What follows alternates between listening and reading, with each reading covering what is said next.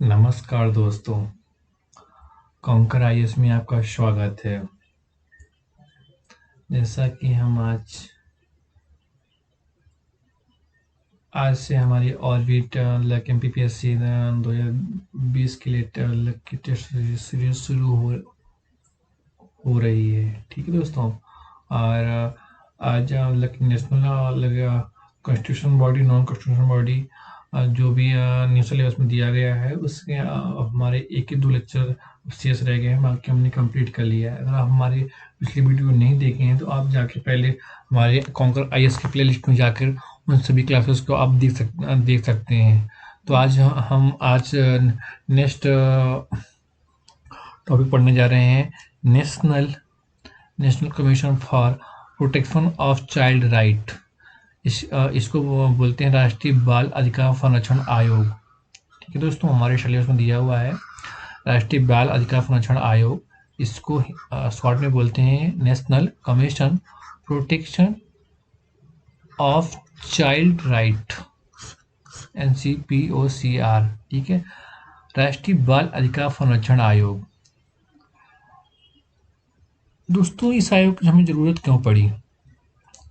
जो भी बाल अधिकार का संरक्षण ये है कि जो जीरो से लेके जो वयस्क नहीं हुए, मतलब 18 साल तक के बच्चों को उनके हित कि प्रभावित हो रहे थे, तो उनको एक इसमें संरक्षण की जरूरत पड़ी, क्योंकि समाज में कुछ ऐसे भी उनके बच्चों के राइट या कि उनका शोषण किया जा रहा था या कि उनको सही डायरेक्शन में गाइड नहीं किया जा रहा था।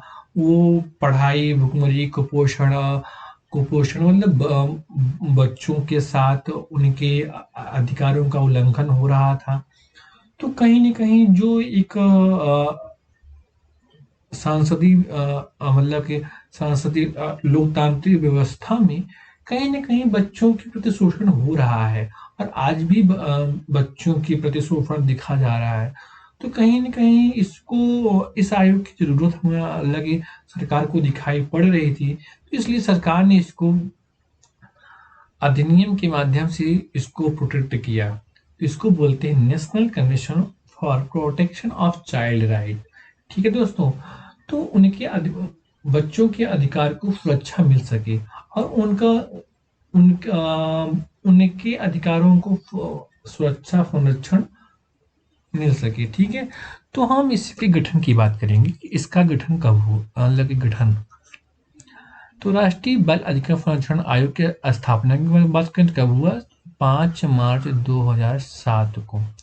अगर ये पूछा जाए राष्ट्रीय बाल अधिकार संरक्षण आयोग की स्थापना कब हुई दोस्तों? 5 मार्च 2007 में हुई।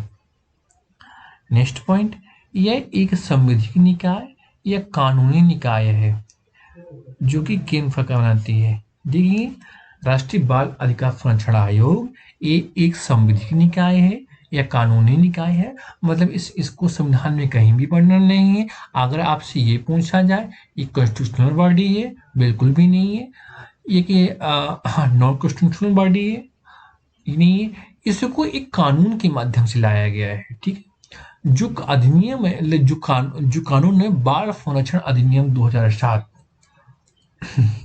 मतलब इसको बनाया तो 2007 में गया, लेकिन जो इसका अधिनियम है, तो दोस्तों ये है बाल अधिकार संरक्षण आयोग अधिनियम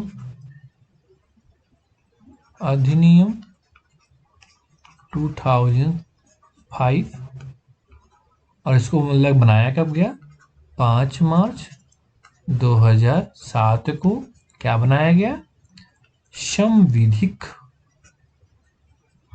दर्जा। मतलब इसको बाल संरक्षण आयोग अधिनियम 2005 के माध्यम से 5 मार्च 2007 को इसको संवैधानिक दर्जा दिया गया। अगर कोई आपसे ये पूछे बाल संरक्षण अधिकार संरक्षण आयोग कब बना दोस्तों, तो आपको जवाब होना चाहिए 5 मार्च 2007। तो इसका आधार क्या था, बाल संरक्षण आयोग अधिनियम 2005 में बना था। उसी के आधार पर इसको संवैधानिक निकाय दिया गया। ना कि ये कॉन्स्टिट्यूशनल बॉडी है, ना कॉन्स्टिट्यूशन नॉन कॉन्स्टिट्यूशनल बॉडी नहीं है। इसको कानून के माध्यम से लाया गया, लॉ के माध्यम से इसको इम्प्लीमेंट किया गया। ठीक है दोस्तों, तो नेक्स्ट पॉइंट इसको मैंने एबुलेट किया, अधिनियम बाल अधिकार संरक्षण आयोग अधिनियम 2005, जिसमें मैंने आपको बता चुका हूँ अधिनियम कब बनाया गया, बाल अधिकार संरक्षण आयोग अधिनियम 2005। मुख्यालय कहाँ है, नई दिल्ली में है। मुख्यालय कहाँ है दोस्तों, नई दिल्ली में है। राष्ट्रीय बाल अधिकार संरक्षण आयोग 0 से 8 वर्ष आयु के वर्ग पर लागू होता है। अगर आपसे ये पूछा जाए राष्ट्रीय बाल संरक्षण अधिकार आयोग कब से कब लागू होता है, तो 0 से 18 वर्ष, इसके ऊपर नहीं लागू होता। मतलब मान लीजिए कोई 18 मतलब 19 या 19 से ऊपर का एज में ये लागू बिल्कुल भी नहीं होता है। ठीक है दोस्तों, अगर आपको समझ में नहीं आ गया हो, आना चाहिए। 0 से 18 मतलब जो जन्म से लेकर 18 वर्ष तक आयु वर्ग के हैं उन्हीं में राष्ट्रीय बाल संरक्षण आयोग लागू होता है। चाहे वो 1 ईयर हो, चाहे वो 2 ईयर हो, चाहे वो 17 हो 15। 0 से 18 के बीच में जो भी बच्चे आते हैं, बच्चों में यहाँ सब आते हैं, चाहे वो बालक हो, चाहे बालिका हो, चाहे वो ट्रांसजेंडर हो, उनके संविधान में उनको भी दर्जा दिया गया है। ठीक है दोस्तों, 5 पॉइंट को कंप्लीट। यह आयोग महिला एवं बाल विकास मंत्रालय के तहत आता है। जो राष्ट्रीय बाल संरक्षण अधिनियम है ये महिला एवं बाल विकास मंत्रालय के अंदर आता है। ठीक है दोस्तों, सिद्धांत बाल अधिकारों को सार्वभौमिकता और गैर उल्लंघनीयता। इसका जो सिद्धांत है बाल अधिकारों के सार्वभौमिकता मतलब वो सब कुछ स्वीकार है, या कि उनका मतलब कि उनके ऊपर गैर उल्लंघनीयता, उनके पर कोई उल्लंघन नहीं लगना चाहिए। ठीक है दोस्तों, 8वां पॉइंट, अधिनियम के अंतर्गत बाल अधिकारों के संरक्षण, संवर्धन, प्रतिरक्षण करता है। अधिनियम के अंतर्गत बाल अधिकारों में बाल अधिकारों पर संयुक्त राष्ट्र समझौता 20 नवंबर 1989 के तहत अंगीकृत बच्चों के अधिकारों को शामिल किया गया है। और ये भारत सरकार 11 दिसंबर 92 के समझौते का अनुमोदन करती है। दोस्तों देखो, यहाँ पे आपको समझने वाली बात ये है कि राष्ट्रीय बाल अधिकार संरक्षण के आयोग के अंतर्गत बाल अधिकारों का संरक्षण, संवर्धन, प्रतिरक्षण करता है। इस अधिनियम के अंतर्गत बाल अधिकारों में बाल अधिकारों पर संयुक्त राष्ट्र समझौता, देखिए यूनाइटेड नेशन जो समझौता हुआ कब हुआ, तो 1989 में। और अपने देश में लागू कब किया गया दोस्तों, तो इसको लागू किया गया 92 में। और अपन यहाँ बाल संरक्षण आयोग अधिनियम कब बना, तो 2005 में बना। इसको लागू कब किया गया, 2007 में। अगर आपसे कोई ये पूछे कि राष्ट्रीय बाल अधिकार संरक्षण आयोग यूनाइटेड नेशंस जो समझौता हुआ 1989 में, तो अपने देश में उसको 92 में स्वीकार किया गया। और 2005 में बाल अधिकार संरक्षण आयोग अधिनियम 2005 बनाया गया। और उसके तहत 2007 में राष्ट्रीय बाल अधिकार संरक्षण आयोग का दर्जा दिया गया। ठीक है दोस्तों, मैं आपको जो इंटरनेशनल फिर अपने देश में जो आज पहले से अनलक 1980 से लेकर तो 2007 तक समझा दिया। ठीक है दोस्तों, इससे ऊपर इससे बाहर क्वेश्चन आपका नहीं पूछेगा, गारंटी है। मतलब यूनाइटेड नेशन ने 20 नवंबर 1989, ठीक है, और इंडियन गवर्नमेंट ने इसको कब वो किया, तो 11 दिसंबर 1992। और इसको बाल संरक्षण आयोग कब बना? 2005 में। और इसको लागू कब किया गया? 2007 में। ठीक है दोस्तों। आयोग की संरचना: एक अध्यक्ष ऐसे व्यक्ति को बनाया जाता है जिसने बालकों के कल्याण को प्रोत्साहित करने के लिए उल्लेखनीय कार्य किया हो। 6 सदस्य में से 2 महिलाओं का होना अनिवार्य है। यही बहुसदस्यीय निकाय है। राष्ट्रीय बाल अधिकार संरक्षण आयोग की संरचना बहुसदस्यीय है, मतलब एक से ज्यादा सदस्य हैं। अध्यक्ष ऐसे व्यक्ति को बनाया जाएगा जिसने बालकों को कल्याण को प्रोत्साहित करने के लिए उल्लेखनीय कार्य किया है। इसमें 6 सदस्य होंगे। 6 में से दो सदस्यों की महिला होना अनिवार्य है, मतलब एक अध्यक्ष, 6 सदस्य, इसमें 6 सदस्यों में से 2 को महिला होना अनिवार्य है। ठीक है दोस्तों। 6 सदस्यों का चयन ऐसे व्यक्ति में से किया जाएगा। देखिए दोस्तों, ऐसा है जो ये 6 सदस्य 6 मेंबर है। पहले तो हमने आपको बता दिया, ऐसा व्यक्ति को बनाया जाएगा जिसने बच्चों के कल्याण को प्रोत्साहित करने के लिए उल्लेखनीय कार्य किया है। 6 में से 2 महिलाएं होंगी।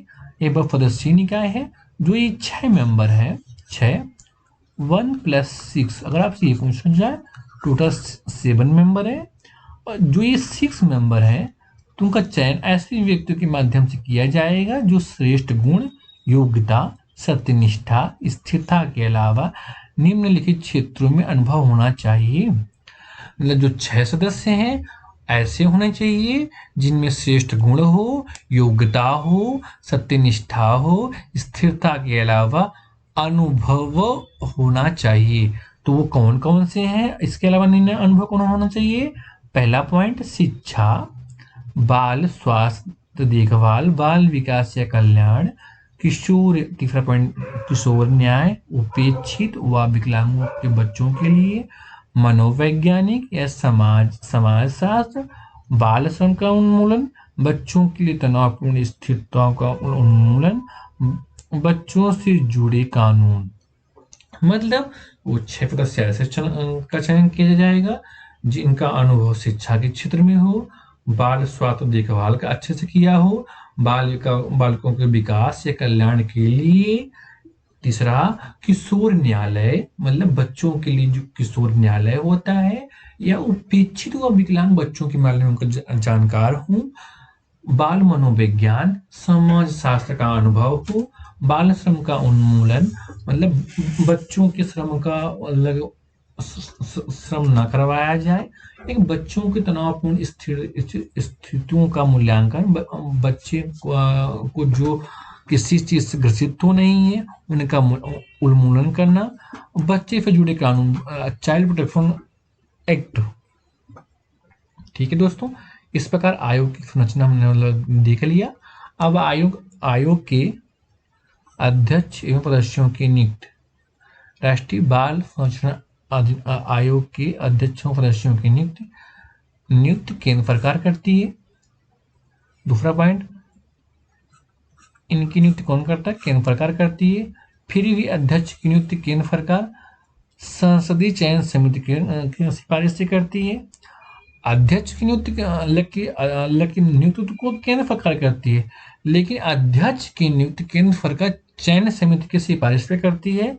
तो ये चयन समिति में कौन कौन होता है? समिति का अध्यक्ष महिला एवं बाल विकास विभाग का मंत्री होता है। ठीक है दोस्तों, मतलब आयोग के अध्यक्ष सदस्यों की नियुक्ति कौन करता है? तो आपका जवाब होना चाहिए केंद्र सरकार।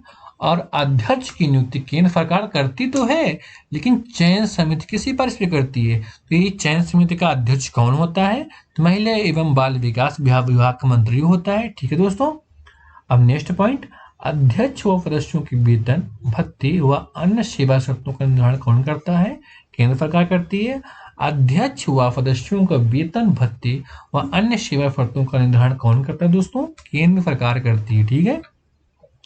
नेक्स्ट पॉइंट, नियुक्ति के बाद उनमें अलाभकारी बदलाव नहीं किया जा सकता।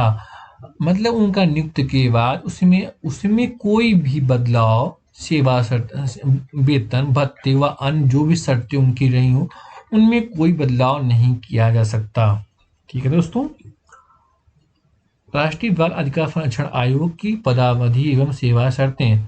आयोग की पदावधि एवं सेवा शर्तें, अध्यक्ष का जो होता है तो 3 वर्ष, 65 वर्ष जो भी पहले हो। यहाँ थोड़ा सा ध्यान देने वाली बात है कि अध्यक्ष और सदस्यों की मिनिमम एज जो है तो वो 3 साल है, लेकिन जो अध्यक्ष 65 वर्ष और सदस्य जो होंगे तो 60 वर्ष जो भी पहले हो। तो यहाँ सदस्यों में उम्र 60 वर्ष। आपसे ये हो सकता है क्वेश्चन घुमा के पूछ ले, तो आपका होना जवाब क्या होना चाहिए, 3 वर्ष या 65 वर्ष अध्यक्ष का जो भी पहले पूर्ण हो, सदस्य 3 वर्ष 60 वर्ष जो भी पहले पूर्ण हो। ऐसा थोड़ा ध्यान देने वाली बात है।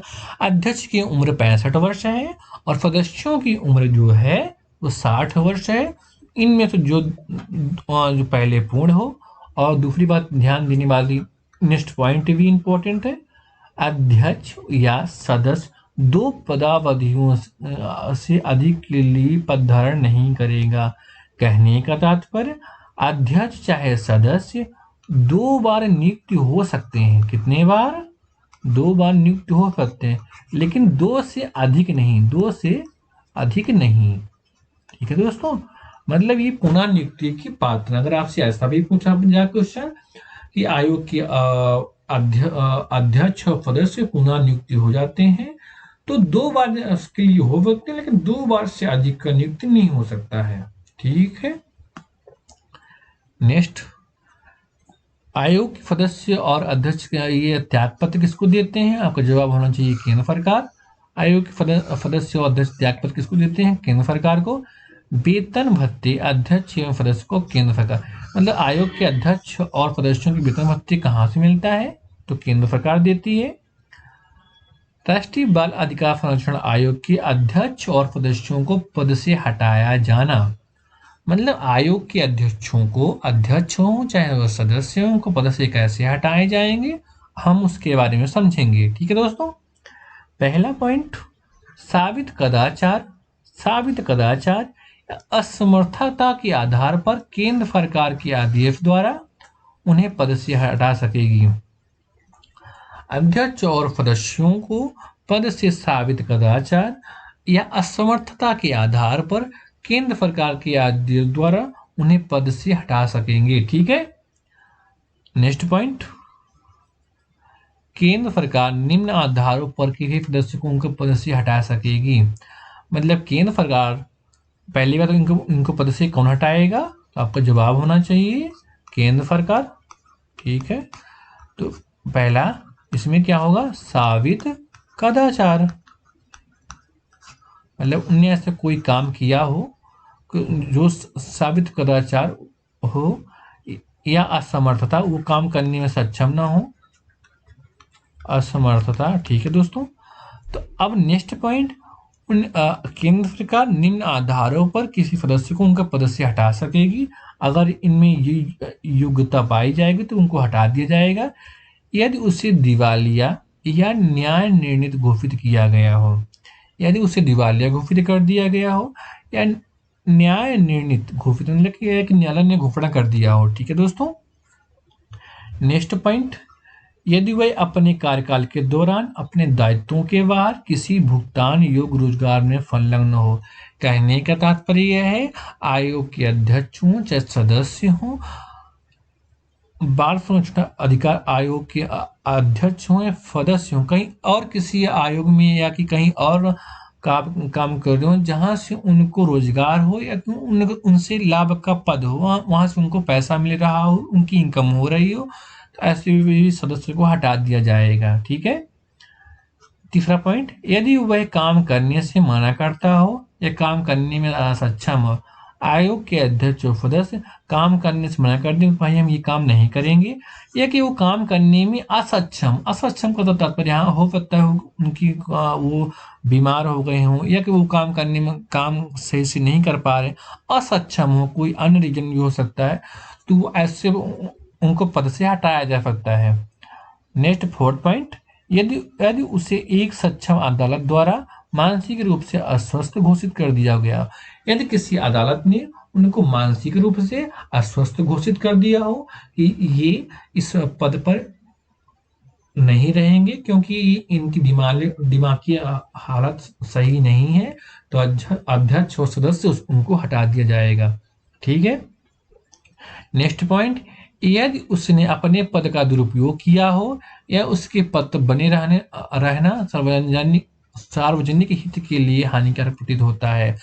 अध्यक्ष और सदस्य अपने पद का दुरुपयोग किया हो, किसी निजी हित हो सकता है, एक सार्वजनिक हित हो सकता है, अपने पद का मतलब को सही से उपयोग नहीं किया है, उसका दुरुपयोग किया है, तो वो हानिकारक, ऐसा फिर उनको हानिकारक प्रतीत होता है, तो अध्यक्ष और सदस्यों को हटा सकते हैं। 6 पॉइंट, यदि उससे ऐसे अपराध के लिए दोषी सिद्ध किया गया हो और जेल की सजा दी गई हो, केंद्र सरकार के दृष्टि से नैतिक भ्रष्टता के अंतर्गत आता है। यदि मतलब अध्यक्ष और सदस्य कोई अपराध किए हैं जिनमें उनको सजा दी गई है, तो ऐसे लोग को सरकार ये मानती है कि ये नैतिक रूप से भ्रष्ट हैं, तो उनको पद से हटा दिया जाएगा। अब तीसरा पॉइंट, यदि इस धारा के अधीन किसी व्यक्ति को तब तक नहीं हटाया जाएगा जब तक उस व्यक्ति को उस मामले में सुनवाई का अवसर ना दे दिया जाए। मतलब यहाँ कहने का तो तात्पर्य यह है, चाहे वो अध्यक्ष हो चाहे वो सदस्य हो, उनको तब तक नहीं हटाया जाएगा जब तक उनकी बातें ना सुन ली गई हों कि आपने अलग उनको भी बात रखने का मौका मिला, साक्ष्य देने के लिए बुलाया जाएगा कि आपने कुछ ऐसा व्यवहार अनैतिक या भ्रष्टाचारी जो भी है, आपने ऐसा कुछ किया तो नहीं है, तो उनको बुलाया जाएगा। ठीक है। 4th पॉइंट, यदि अध्यक्ष या सदस्य के पद में उसकी मृत्यु या त्याग पत्र अन्यथा कारण से आकस्मिक रिक्तता 90 दिन के भीतर नई नियुक्ति या शेष अवधि के लिए धारण करेगा। चाहे अध्यक्ष हो चाहे सदस्य हो, मान लीजिए अध्यक्ष की मृत्यु हो जाती है तो कोई 90 दिन के लिए सदस्यों में से अध्यक्ष नियुक्ति कर दिया जाएगा और शेष अवधि के लिए वो रहेगा। मान लीजिए किसी सदस्य की नियुक्ति हो जाती है, तब भी किसी व्यक्ति को 90 दिन के भीतर उनकी नियुक्ति की जाएगी। वो जो अवधि बची थी उस अवधि तक वो पद पर अपने बने रहेंगे। ठीक है दोस्तों, जैसा कि मैंने आपको यहाँ पे बताया हूँ, अगर मान लीजिए अध्यक्ष की मृत्यु हो जाए या त्यागपत्र दे देते तो ये 3 वर्ष या 65 वर्ष जो भी अगर अतिरिक्त नियुक्त होगा तो वो रहेगा। अगर सदस्य होगा तो 3 वर्ष या 60 वर्ष तक जो भी अतिरिक्त समय होगा उस समय तक वो बना रहेगा। ठीक है दोस्तों, अगर यहाँ पर समझ में आ गया होगा आपको। यदि वह आयोग की लगातार 3 बैठकों में अनुपस्थित रहता है, फिर भी अध्यक्ष या सदस्य तब तक पद से नहीं हटाया जाएगा जब तक उससे सुनवाई का एक अवसर न किया जाए। यदि आयोग के अध्यक्ष व सदस्य अपनी अलग 3 बैठकों तक अनुपस्थित रहते हैं, मतलब बैठक में शामिल नहीं होते हैं, तो उनको तब तक नहीं हटाया जाएगा जब तक उनको एक और सुनवाई का एक अवसर प्रदान न कर दिया जाए।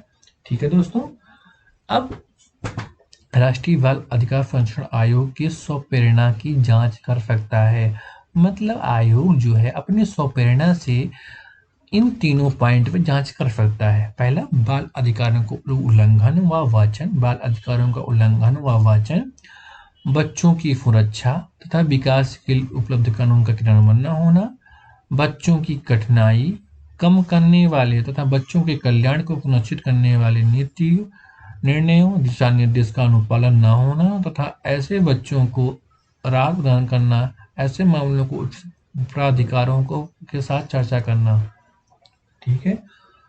राष्ट्रीय बाल अधिकार संरक्षण आयोग स्वप्रेरणा से, मतलब खुद की प्रेरणा से वो जांच कर सकता है कहीं बच्चों के अधिकार का उल्लंघन तो नहीं हो रहा है, या कि उनका जो भी वचन है वो भी। नेक्स्ट, बच्चों की सुरक्षा तथा विकास के लिए जो भी कानून उपलब्ध है उनका क्रियान्वयन हो रहा है या कि नहीं हो रहा है, उस पर वो जांच कर सकती है। बच्चों की कठिनाई को कम करना, मतलब बच्चों को कामों की कठिनाई को कम करना और बच्चों के कल्याण को सुनिश्चित करने के लिए नीति निर्णयों मतलब कि नीति, मतलब जो नीति के निर्णय हैं या कि जो कोई भी कानून बनाया जा रहा है या कि दिशा निर्देशों का अनुपालन न होना, ऐसे को बच्चों को राह प्रदान करना, ऐसे मामलों को उचित प्राधिकारों के साथ चर्चा करना। मतलब उनके प्राधिकारों का सेंस यहाँ पे है कि वो राज्य सरकार की, केंद्र सरकार जो भी अलग उनके बच्चों के हित के लिए कानून बना रही है, उन आयोगों से बात करेगी, सरकार से बात करेगी, उनको सुझाव देगी, परामर्श देगी, साथ ही उनको चर्चा करेगी, ऐसा ऐसा बच्चों के हित के लिए होना चाहिए। ठीक है दोस्तों, राष्ट्रीय बाल संरक्षण अधिकार आयोग की अनुदान कौन देता है?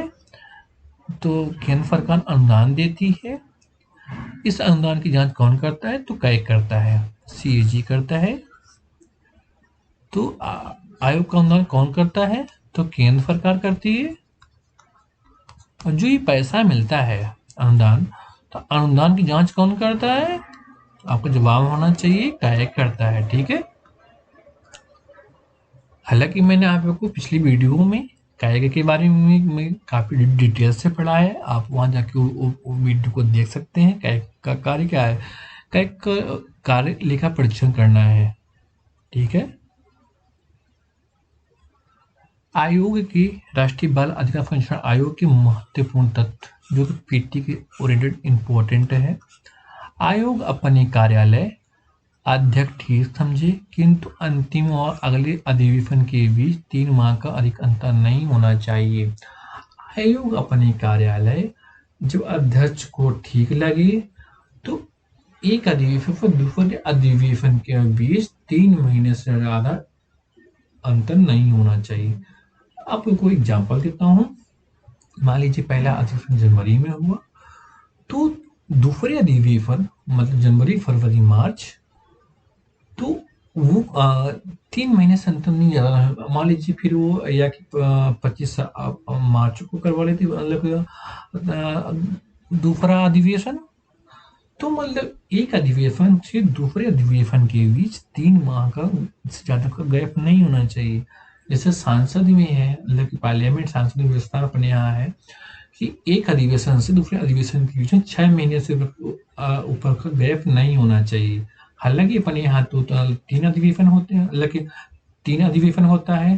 पहला बजट, फिर मानसून सत्र, फिर शीतकालीन सत्र, तो उनमें 6 महीने से ऊपर का ज़्यादा गैप नहीं होना चाहिए। ऐसे इस आयोग में दिया गया है कि अंतिम अधिवेशन से अगले अधिवेशन में के बीच 3 माह से अधिक अंतर नहीं होना चाहिए। ठीक है, अब इसमें अगर ये बात की जाए तो निर्णायक मत, मान लीजिए सदस्य और अध्यक्ष दोनों में से इक्वल हो गया, किस राय सहमति हो गई। मान लीजिए एग्जाम्पल के लिए 2-2 बराबर है, तो वहाँ अध्यक्ष का एक मत होगा, जिधर अध्यक्ष का मत होगा तो वो निर्णायक मत किसका होगा? अध्यक्ष का होगा। ठीक है दोस्तों, नेक्स्ट पॉइंट, अध्यक्ष किसी कारण से आयोग के अधिवेशन में उपस्थित रहने में असमर्थ रहता है तो सदस्यों द्वारा अपने में से चुना गया कोई पीठासीन होगा। मतलब अध्यक्ष अगर किसी कारण से अनुपस्थित रहता है तो सदस्यों में से पीठासीन चुन लेना होगा। ठीक है दोस्तों, नेक्स्ट पॉइंट, आयोग के सदस्य सचिव भारत सरकार के संयुक्त सचिव या अतिरिक्त सचिव की पंक्ति से ऊपर होंगे। आयोग के सदस्य जो सचिव होंगे, आयोग के सदस्य सचिव जो होंगे, भारत सरकार के संयुक्त सचिव या अतिरिक्त सचिव की पंक्ति से ऊपर होंगे। ठीक है दोस्तों, फिफ्थ पॉइंट, अन्य अधिकारी व कर्मचारी केंद्र सरकार, मतलब अगर आयोग को अन्य कर्मचारी की जरूरत पड़ती है तो केंद्र सरकार उनको नियुक्त करेगी। ठीक है दोस्तों, आयोग को राष्ट्रीय बाल संरक्षण अधिकार आयोग की सिविल न्यायालय की शक्तियां हैं। अभी तक जितने अधिकार पढ़े हमने उनमें सब में सिविल न्यायालय की शक्तियां हैं। राष्ट्रीय बाल संरक्षण अधिकार आयोग प्रथम अध्यक्ष कौन है? शांता सिन्हा है, शांता सिन्हा जी हैं। ठीक है दोस्तों, ये इंपॉर्टेंट है। नियम बनाने की शक्ति केंद्र सरकार के पास है। किसके पास है? केंद्र सरकार के पास है। प्रथम अध्यक्ष कौन है? शांता सिन्हा। ठीक है दोस्तों, बच्चों को संवैधानिक अधिकार, बच्चों को कुछ हमारे संविधान ने अधिकार दिया है जो कि इस प्रकार है। ठीक है, बच्चों के संवैधानिक अधिकार, संवैधानिक अधिकार का मतलब हमारे संविधान में उनको कुछ अधिकार दिए गए हैं, वो संवैधानिक अधिकार जो उनको मतलब संविधान में ही डिफाइन किया गया है। बच्चों को उपलब्ध कराए गए संवैधानिक अधिकार एवं सुरक्षा पाने में है। पहला है आर्टिकल 15 क्लॉज 3, राज्य को यह शक्ति दी गई है कि बच्चों के लिए कोई भी विशेष उपलब्ध निर्मित करा सकता है। दूसरे शब्दों में यह प्रावधान राज्यों के बच्चों के पक्ष में सकारात्मक भेदभाव करने की शक्ति देता है। मतलब आर्टिकल 15 का क्लॉज 3 बोलता है, देखिए यहाँ पे मैं बता दूं, फंडामेंटल राइट भाग 3 आर्टिकल 14 टू 35 में फंडामेंटल राइट दिया गया है। ठीक है दोस्तों, इसमें 14 से 18 आर्टिकल 14 से 18 समता का अधिकार,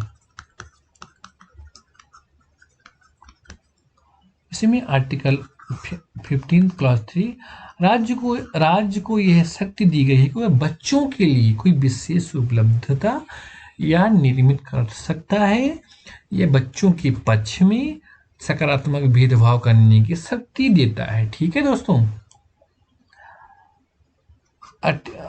नेक्स्ट पॉइंट, राज्य सरकार 6 से 14 वर्ष तक की आयु के बच्चों को निःशुल्क एवं अनिवार्य शिक्षा उपलब्ध कराए। आर्टिकल 21 का क्लॉज 6 बोलता है कि 6 से 14 वर्ष की आयु तक के बच्चों को निःशुल्क एवं अनिवार्य शिक्षा उपलब्ध करवाए। आर्टिकल 21 राइट टू लाइफ, जीवन जीने का अधिकार का 21 का क्लॉज 2A 6 से 14 वर्ष तक की आयु को बच्चों को निःशुल्क एवं अनिवार्य शिक्षा उपलब्ध कराने की बात की गई है। ठीक है दोस्तों, आर्टिकल 23 का क्लॉज 1 मानव के दुर्व्यापार एवं बलात्कार पर प्रतिषेध, मतलब मानव के दुर्व्यापार, मानव का मतलब कोई व्यापार नहीं हो सकता है, बलात्कार पर मतलब कि उन पर जबरदस्ती काम नहीं करा पर प्रतिषेध करता है। ठीक है, नेक्स्ट आर्टिकल 15 का सब क्लॉज के प्रत्येक माता पिता या अभिभावक का कर्तव्य होगा कि 6 से 14 वर्ष की आयु के बच्चों को आय आश्रित के लिए शिक्षा का अवसर उपलब्ध कराएं। ये हमारे ये कर्तव्य है कि वह कि प्रत्येक माता पिता अभिभावक का कर्तव्य होगा कि वह 6 से 14 वर्ष की आयु के बच्चों को अपने बच्चों को आश्रित के लिए शिक्षा का अवसर उपलब्ध कराएं। ठीक है, आर्टिकल 45 6 वर्ष की आयु पूरा होने पर सभी बच्चों के लिए पूर्ण बाल्यावस्था देखभाल शिक्षा उपलब्ध कराने का प्रयास करें। ये हमारे DPSP राज्य के नीति निर्देशक तत्व में आर्टिकल 45, हालांकि ये article DPSP article 36 to article 51 में DPS, हालांकि ये राज्य को बाध्यकारी नहीं है, लेकिन ये DPSP राज्य नीति निर्देशक तत्व ये बोलता है कि आप इसके लिए कोई कानून बना सकते हैं। ये सामाजिक आर्थिक राजनीतिक राज्य का मतलब यहाँ केंद्र सरकार से है कि ये आर्टिकल, तो यहाँ आर्टिकल 45 ये बोलता है राज्य को 6 वर्ष की आयु पूरी तक होने तक सभी बच्चों के लिए पूर्व बाल्यावस्था या देखभाल शिक्षा प्रदान करने का प्रयास, मतलब 0 से 6 वर्ष कि जो भी बच्चे हैं बाल्यावस्था से पूर्व हैं उनकी देखभाल शिक्षा जो भी व्यवस्था हो तो सरकार उनके लिए प्रयास करे। और आर्टिकल 51 का एक आर्टिकल के बोलता है प्रत्येक माता पिता अभिभावक का कर्तव्य होगा कि 6 से 14 वर्ष की आयु के बच्चों के लिए आश्रय शिक्षा का अवसर उपलब्ध कराए। आर्टिकल 23 फंडामेंटल राइट है का क्लॉज 1 मानव के दुर्व्यवहार एवं बलात्संग के प्रतिषेध किया गया है। फंडामेंटल राइट आर्टिकल 21 का क्लॉज ए 6 से 14 वर्ष की आयु के बच्चों को निःशुल्क एवं अनिवार्य शिक्षा उपलब्ध करवाएं। आर्टिकल 15 का क्लॉज 3 राज्य को यह शक्ति दी गई है कि वह बच्चों के लिए कोई विशेष उपलब्ध निर्मित करवाए। दूसरे शब्दों में यह प्रावधान राज्य को बच्चों के पक्ष में सकारात्मक भेदभाव करने की शक्ति देता है। मतलब यहाँ पे दोस्तों अगर देखा जाए तो फंडामेंटल राइट मतलब कि भाग 3 ये मौलिक अधिकार है। क्या है? फंडामेंटल राइट मतलब मौलिक अधिकार। और डीपीएसपी भाग 4 आर्टिकल 36 से 51 और ये 51 क्लॉज ए, ये भाग 4 का क्लॉज ए, ये फंडामेंटल ड्यूटीज है। इसमें 11 ड्यूटी दी गई जिसमें से ये बोला गया है कि प्रत्येक माता पिता या मतलब फंडामेंटल राइट हो, चाहे वो डीपीएसपी हो, चाहे फंडामेंटल ड्यूटीज हो, सब में बच्चों के अधिकार का संवैधानिक अधिकार दिया गया है। किस मतलब कि बच्चों का ये मौलिक अधिकार है, मौलिक कर्तव्य है और ये राज्य का भी कर्तव्य है कि बच्चों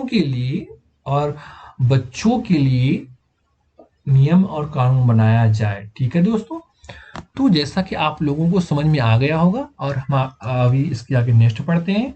आर्टिकल 24 ये भी फंडामेंटल राइट है।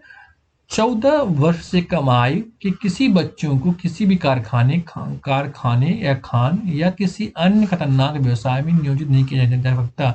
आर्टिकल 24 ये बोलता है 14 वर्ष से कम आयु के किसी भी बच्चों को किसी भी कारखाने या खान का मतलब से यहाँ पे सेंस है, मान लीजिए कोई माइंस है, वहाँ खदान हो, वहाँ पे कि बच्चों के लिए खतरा है या किसी अन्य खतरनाक व्यवसाय में उनको नियोजित नहीं किया जा सकता।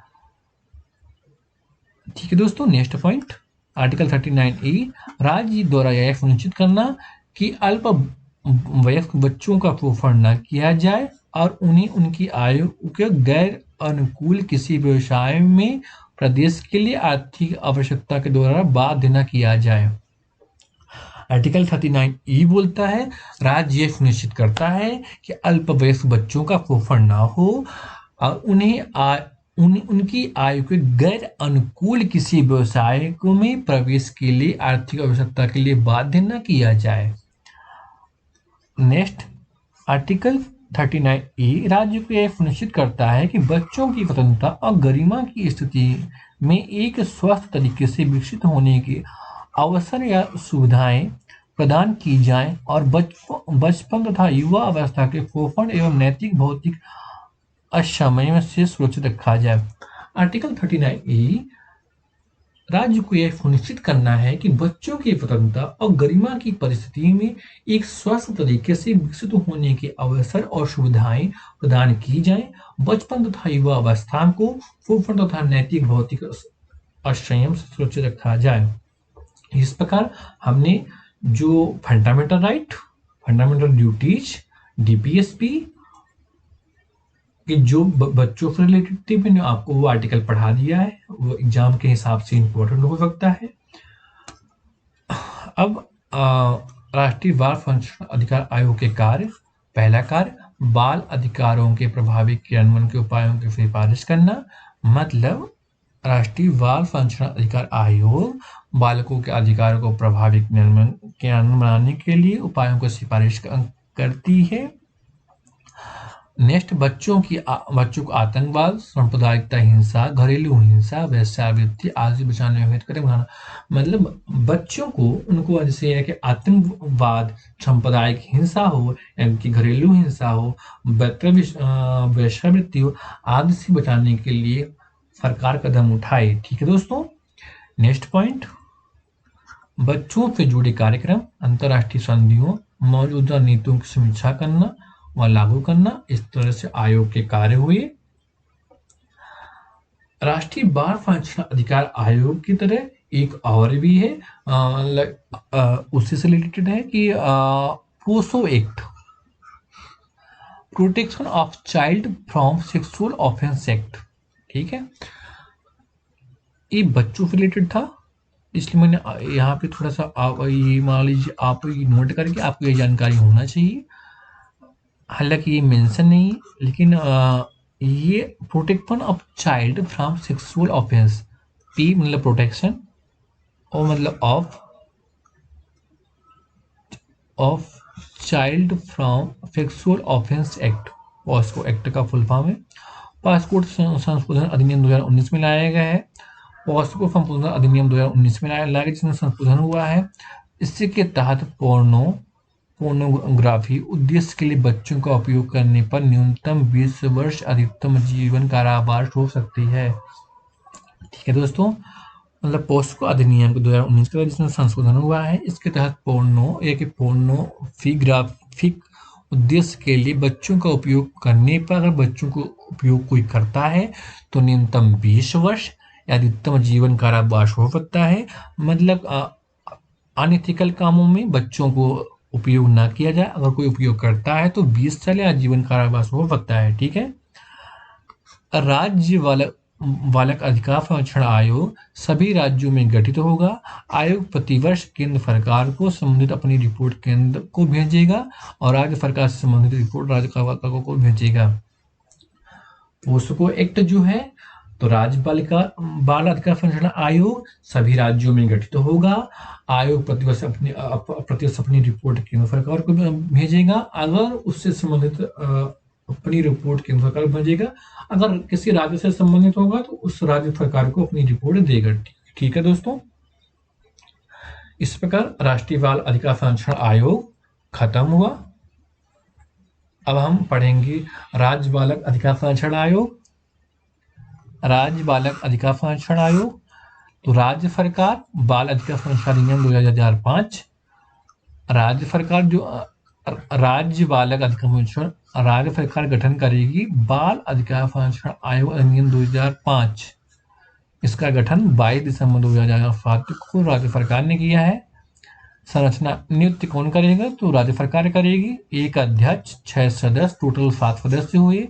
अध्यक्ष वो होगा जो विख्यात व्यक्ति हो, जिसमें बच्चों के कल्याण को बढ़ावा देने के लिए असाधारण कार्य किया हो।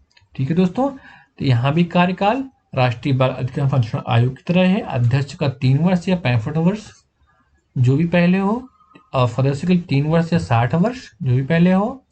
नेक्स्ट पॉइंट, अध्यक्ष एवं सदस्य 2 पदावधि के लिए अधिक पदधारण नहीं करेगा। यहाँ पे भी वही है कि सदस्य हो, सदस्य एंड अध्यक्ष 2 बार नियुक्त हो सकते हैं। कितने? 2 बार, लेकिन 2 बार से ज़्यादा नहीं हो सकते। ठीक है दोस्तों, मतलब राष्ट्रीय बाल अधिकार संरक्षण आयोग 22 दिसंबर 2007 को राज्य सरकार ने गठित किया है। ये बाल अधिकार संरक्षण आयोग अधिनियम 2005 से लिया गया है। इसकी आयोग के सदस्यों की और अध्यक्षों की नियुक्ति कौन करता है? राज्य सरकार करता है। अध्यक्ष उस व्यक्ति को होगा जिसमें बच्चों के कल्याण को बढ़ावा देने के लिए असाधारण कार्य किया हो। अध्यक्ष का कार्यकाल 3 वर्ष या 65 वर्ष, सदस्य का 3 वर्ष या 60 वर्ष। अध्यक्ष व सदस्य 2 पदावधियों से अधिक के लिए पद धारण नहीं करेंगे, मतलब 2 बार पद ग्रहण कर सकते हैं। ठीक है दोस्तों, अब यह वार्षिक रिपोर्ट राज्य सरकार को देंगी, अनुदान राज्य सरकार को देंगी। जांच कौन करेगा अनुदान की? तो कैग करेगा। राज्य सरकार अधिसूचना द्वारा राज्य सरकार के सचिव के पद से नीचे के अधिकारी को राज्य आयोग के सचिव से ऊपर में नियुक्ति नहीं करेगा। कुछ नियम जो होंगे, तो कुछ नियम राज्य सरकार बनाएगी। मतलब राज्य आयोग की वार्षिक राज्य बालक अधिकार संरक्षण आयोग की वार्षिक रिपोर्ट राज्य सरकार को देगी। इसका अनुदान राज्य सरकार देगी, और इसकी जांच कौन करेगा? तो कैग करेगा। राज्य सरकार अधिसूचना द्वारा राज्य के सचिव की पंक्ति से नीचे के अधिकारी को राज्य आयोग के सचिव के रूप में नियुक्त नहीं करेगी। मतलब राज्य सरकार अधिसूचना द्वारा राज्य के सचिव के पंक्ति से नीचे क्या राज्य सचिव की रैंक हो या कि उससे ऊपर हो, नीचे के अधिकारी को राज्य आयोग के सचिव के रूप में नियुक्ति नहीं करेगी। ठीक है तो दोस्तों, इसमें जो कुछ नियम बनाएगी तो राज्य सरकार बनाएगी। इस प्रकार हमने दो इस प्रकार हमने दो आयोग आपको पढ़ लिया, राज्यपाल अधिकार संरक्षण आयोग और कौन सा दोस्तों, राष्ट्रीय बाल अधिकार संरक्षण आयोग। दोनों की मैंने काफी डिटेल से पढ़ा। अब जो इसमें मेन पॉइंट है, मैं आपको क्या क्या पढ़ा है इसका समराइज कर देता हूँ। इसकी स्थापना 2007 में हुई। एक संवैधानिक निकाय है केंद्र सरकार द्वारा। अधिनियम बाल संरक्षण अधिनियम 2005 में आया। इसकी मुख्यालय कहाँ, नई दिल्ली में है। ठीक है तो दोस्तों, ये आयोग महिला बाल विकास मंत्रालय के तहत है। ठीक है तो दोस्तों, और यूनाइटेड ने संयुक्त राष्ट्र समझौता 1989 में हुआ। भारत सरकार ने इसको कब अडॉप्ट किया, तो 11 दिसंबर 1992 को हुआ। आयोग में एक अध्यक्ष होगा, 6 सदस्य होंगे। ठीक है दोस्तों, नियुक्ति कौन करता है, केंद्र सरकार करता है। और अध्यक्ष की चयन समिति की सिफारिश पे इस समिति का अध्यक्ष कौन होता है, महिला बाल विकास विभाग का मंत्री होता है।